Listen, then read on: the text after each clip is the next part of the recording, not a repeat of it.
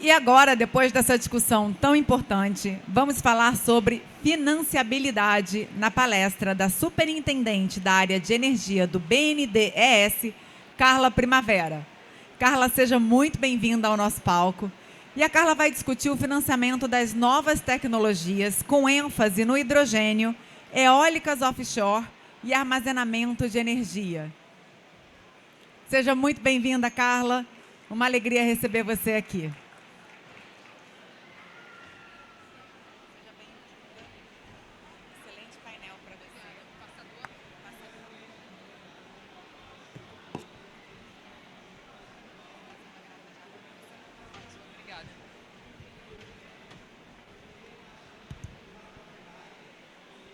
Boa tarde. Vocês estão me ouvindo bem? Então, é uma honra estar aqui. Estou muito feliz de estar aqui no evento. Agradeço a organização pelo convite. Eu vou fazer um breve histórico do contexto que a gente vive. A transição energética nada mais é do que uma grande questão de disputa de mercados, que tem uma característica geopolítica muito forte. E aí depois eu vou comentar um pouquinho sobre financiabilidade, produtos, o que a gente tem visto pelo mundo, o que o BNDES tem a oferecer. Está baixo? Está dizendo que está baixo no...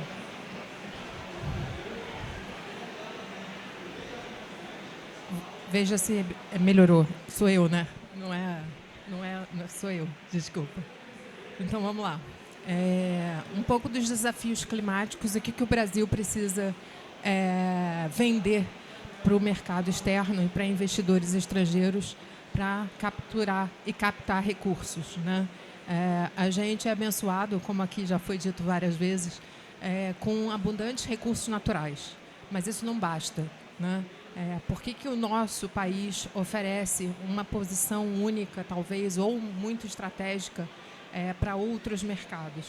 Porque a gente reúne características muito específicas. A nossa estabilidade geopolítica, né? A gente é um país que não entra em guerra há muito tempo. A gente tem relações diplomáticas com todos os países do G20. E, além de ter recursos abundantes, eu vou mostrar aqui um pouquinho na nossa renovabilidade, como a gente está posicionado no G20, a gente caminhou e trilhou um amadurecimento no investimento de energias renováveis, de biocombustíveis, fazendo isso com segurança regulatória e com financiamento. Então, a gente pode trilhar os novos segmentos obedecendo essas características. E a gente também tem um forte apoio governamental, já que a transição energética pode ser uma oportunidade de desenvolvimento sustentável.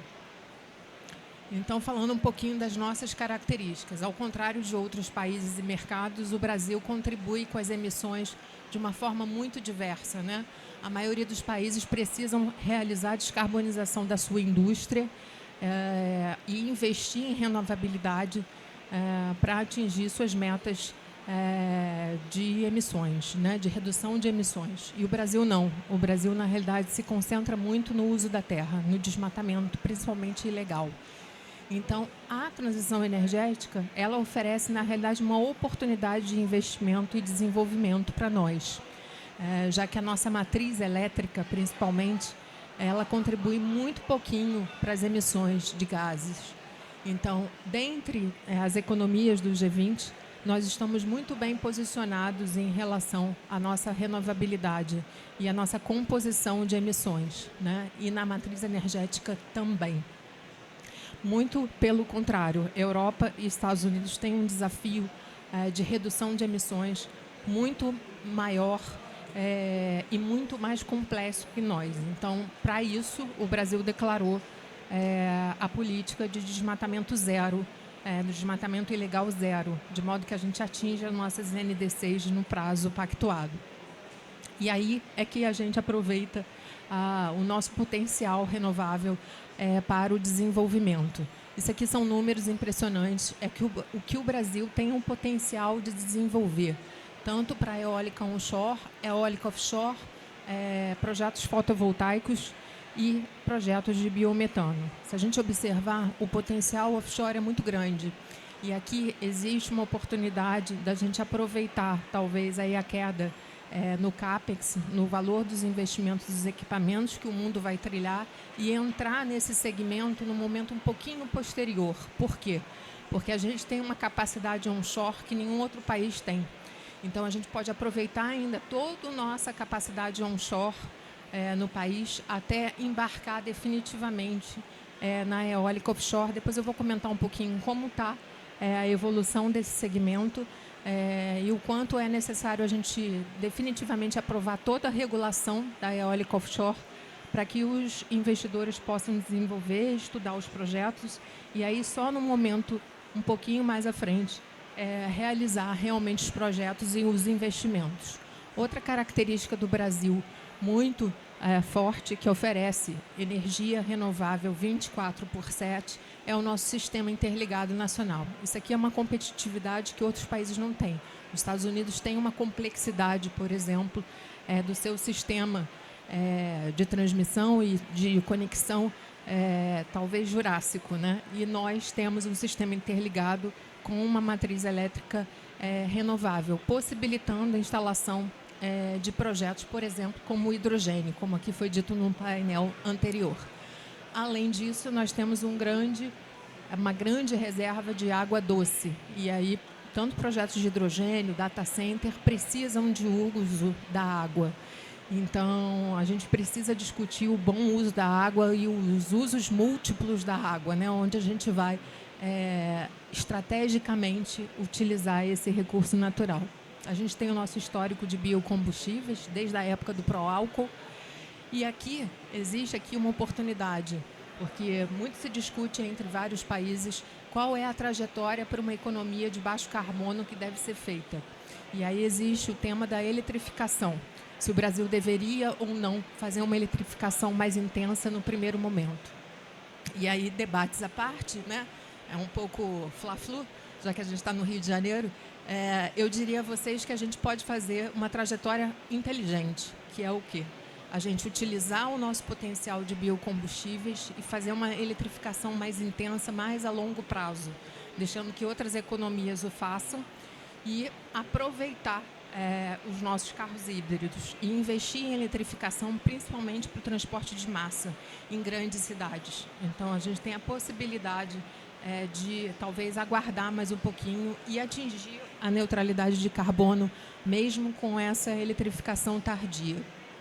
Além disso, no mundo se discute quais são os mercados e quais são os países que serão capazes de fornecer SAF, combustível sustentável de aviação. E aqui a gente tem o nosso diferencial. A gente sabe fazer projetos a partir de biomassa, né? E tem também o sistema interligado, como eu falei, tecnologia. E aí já existem vários investidores estruturando projetos para o fornecimento de SAF no mundo. A gente recentemente no BNDES aprovou um projeto de inovação em favor da empresa Acelen, que é uma empresa que tem uma refinaria na Bahia, e ela vai estudar a macaúba para que a macaúba seja o feedstock de um projeto de combustível sustentável de aviação. Outro potencial muito grande que a gente observa no mundo é o biogás, que vem aumentando muito e que, mais uma vez, a gente tem características que incentivam esse novo combustível, vamos assim dizer, né? E o biometano também, que vem ganhando protagonismo nas matrizes internacionais, nas matrizes elétricas de outros mercados. E hoje a gente já discute uma quantidade grande de projetos, o próprio banco já financiou uma quantidade relevante e já na modalidade de Project Finance. E aqui, talvez, a grande vedete, né, atual, que é o investimento em projetos de hidrogênio. Como é que o Brasil vai trilhar esse caminho? Para a gente trilhar esse caminho, é necessário acabar a regulação, discutir como ela vai se dar segurança aos investidores, mas mesmo sem a regulação completamente aprovada, a gente vem dialogando com muitos investidores do segmento e a gente observa que os projetos são viáveis. Talvez o segmento mais viável, num primeiro momento, seja o de exportação, e para fertilizantes, já que o nosso país, né, é altamente dependente da importação de fertilizantes no mundo. E a gente tem um mercado consumidor, né, o mercado agro ali no centro-oeste E, então, vários projetos poderiam ser viabilizados de hidrogênio verde perto desse mercado consumidor, economizando o custo de logística. E para projetos de exportação, a gente tem vários projetos e investimentos anunciados, principalmente no Nordeste. O Porto de Pecém é um exemplo, né, com vários memorandos de entendimento celebrados de vários projetos que desejam instalar uma potência muito grande. E aí a combinação, né, de projetos de suprimento de energia, tanto solar quanto eólico, é um diferencial grande. Para a gente fazer essa trilha, vai precisar de financiamento, e aí eu vou cuidar do financiamento. Já falei um pouquinho de eólica offshore, e aqui, talvez, assim, chamar a atenção o que países, economias desenvolvidas, mercados desenvolvidos alocaram de subsídio, alocaram de recursos na transição energética. São valores realmente que chegam a nos assustar, né? E aí a pergunta é, o Brasil será capaz de competir? Competir sobre a alocação de recursos? Não, evidentemente que não, porque a gente é um país que vive discutindo nossa situação fiscal.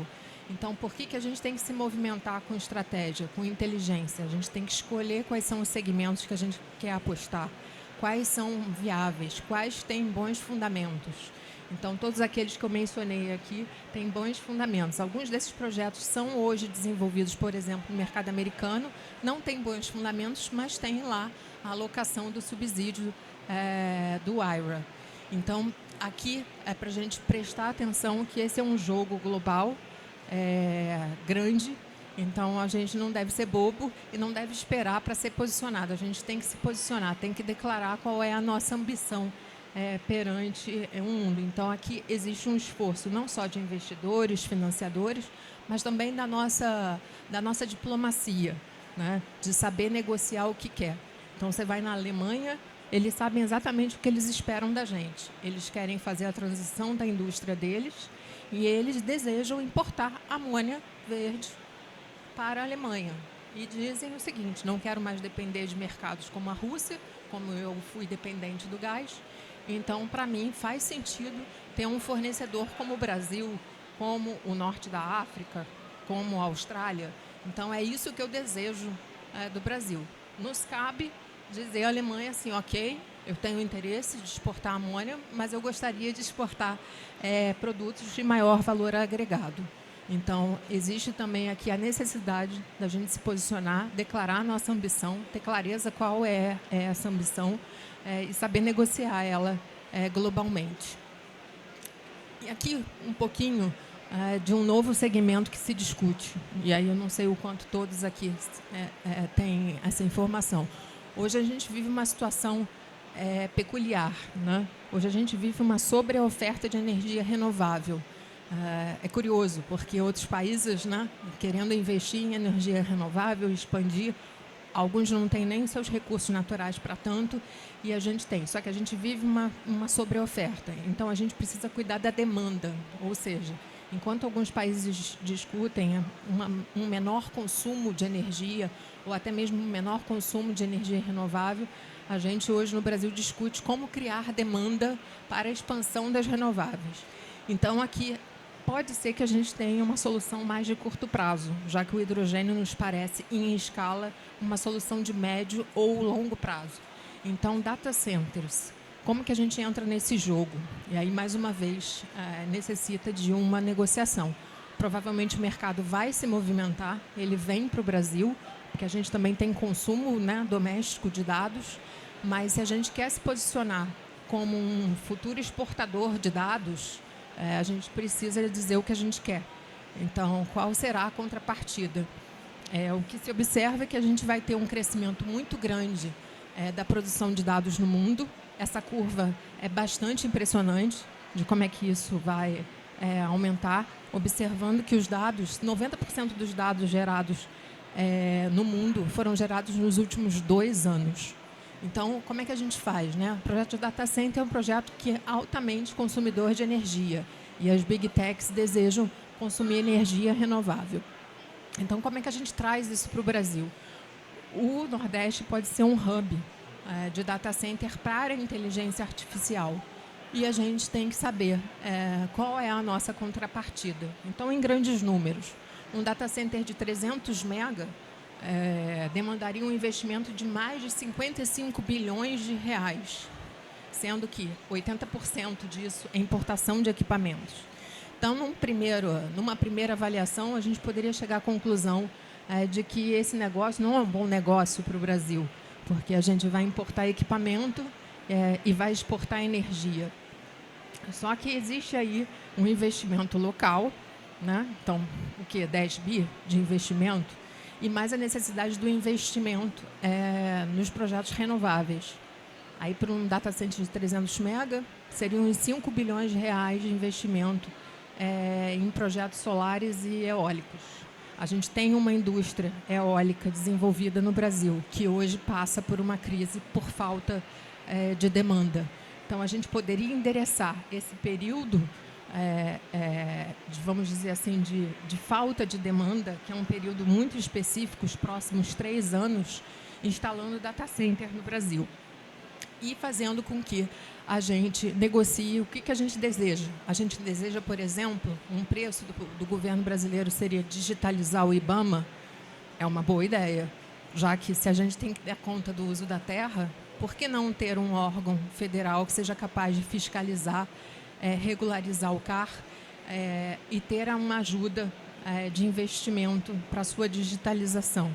A gente deseja cobrar royalties, cobrar recursos da receita desse data center para investimento em P&D no Brasil. Então, não necessariamente a gente precisa passar pelo desenvolvimento de uma cadeia produtiva completa dos equipamentos do data center. A gente pode pensar como a nova economia se movimenta, como que a gente deseja percorrer esse caminho, né? Então, aqui demanda de infraestrutura de data center. Os Estados Unidos têm um problema hoje de dar conta da demanda. Hoje lá já se discute instalar pequenas centrais nucleares para dar conta da produção de energia para esses data centers de inteligência artificial. Então, a gente pode realmente atrair esse segmento e realizar esses investimentos. E aí o governo pode fazer a escolha de qual é a dose que ele deseja, mas sabendo que o mercado se movimentará.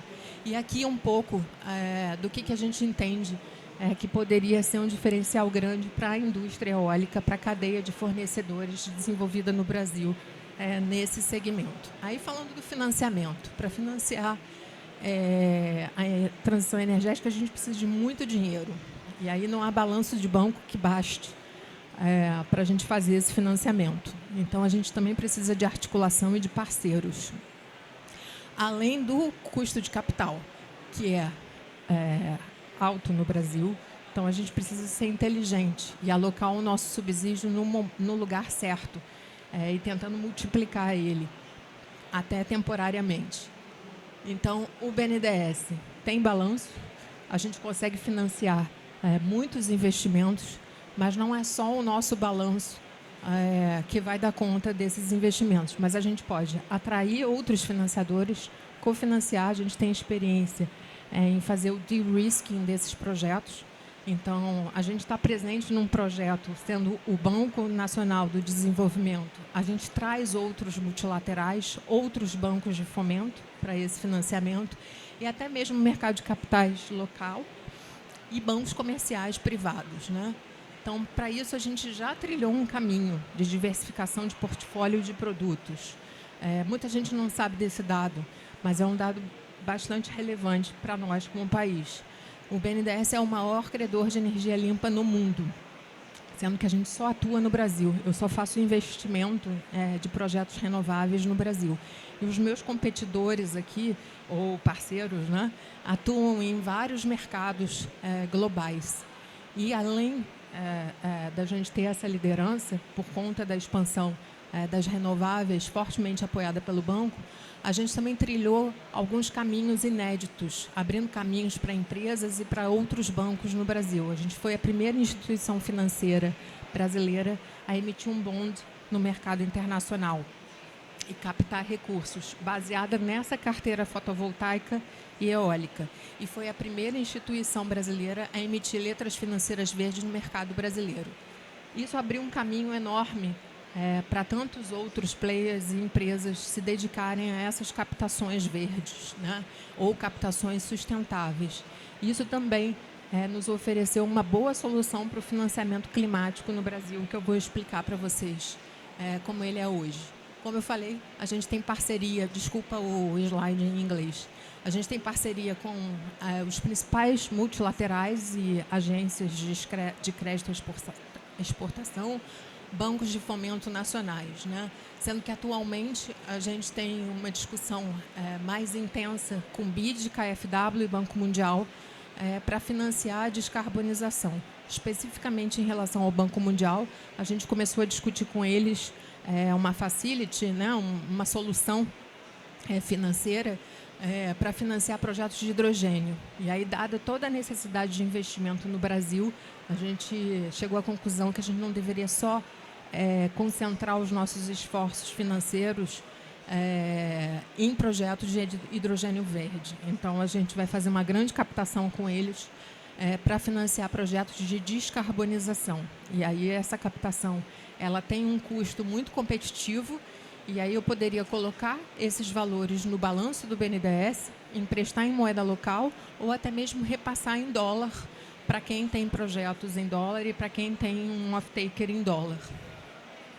Além disso, a gente tem um grande portfólio de produtos para além do crédito bancário, né?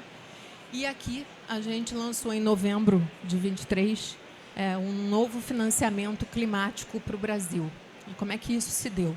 A gente operava o Fundo Clima brasileiro, que era o financiamento climático, que ele tinha recursos muito pontuais oriundos dos royalties do petróleo. Então, a gente acabava com alguns recursos na casa de 600 milhões de reais, 500 milhões de reais anuais, para aplicar em muitos projetos. Era muito pouco, mas tinha uma remuneração muito boa, né? Era 1% ao ano, muito competitivo. Mas, dado todo o caminho percorrido pelo banco de emissões de dívida, tivemos a seguinte ideia junto com o Ministério da Fazenda. O Ministério da Fazenda foi ao mercado internacional, captou um bond, emitiu um título sustentável com compromissos climáticos e captou 2 bilhões de dólares e depositou em reais no Fundo Clima para o BNDES aplicar isso e financiar projetos que contribuam para a questão climática. E aí, qual é a engenhosidade disso? É que o Tesouro capta como tesouro, então sem o prêmio de risco, né, do BNDES ou de qualquer outra empresa, capta com custo país e fica com a variação cambial para ele. Ele é capaz, no longo prazo, de lidar com a variação cambial e deposita no Fundo Clima os recursos para serem aplicados em moeda local. Então, a gente fez uma grande discussão com o MMA e com o Tesouro sobre como a gente deveria alocar o custo dessas linhas. E aí vocês podem observar que florestas, as cadeiras estão um pouquinho na frente, florestas têm um menor custo, que é 1%, por causa do nosso compromisso com o desmatamento ilegal e com a questão do uso da terra. Então, ele conta, o segmento conta com a prioridade máxima nossa. E os demais segmentos de descarbonização, a maioria deles está em 6,15, e foi decidido à época que solar e eólica ficariam com um custo de 8%, por se entender que já eram tecnologias amadurecidas. Mas hoje eu posso aqui adiantar a vocês que, dado a crise no setor eólico e a quantidade de fornecedores no Brasil, há um debate para a gente reduzir esse custo de dívida aqui para o segmento eólico, considerando que a gente deveria preservar empregos e investimento no Brasil. Além disso, a gente precisa de recursos para inovação.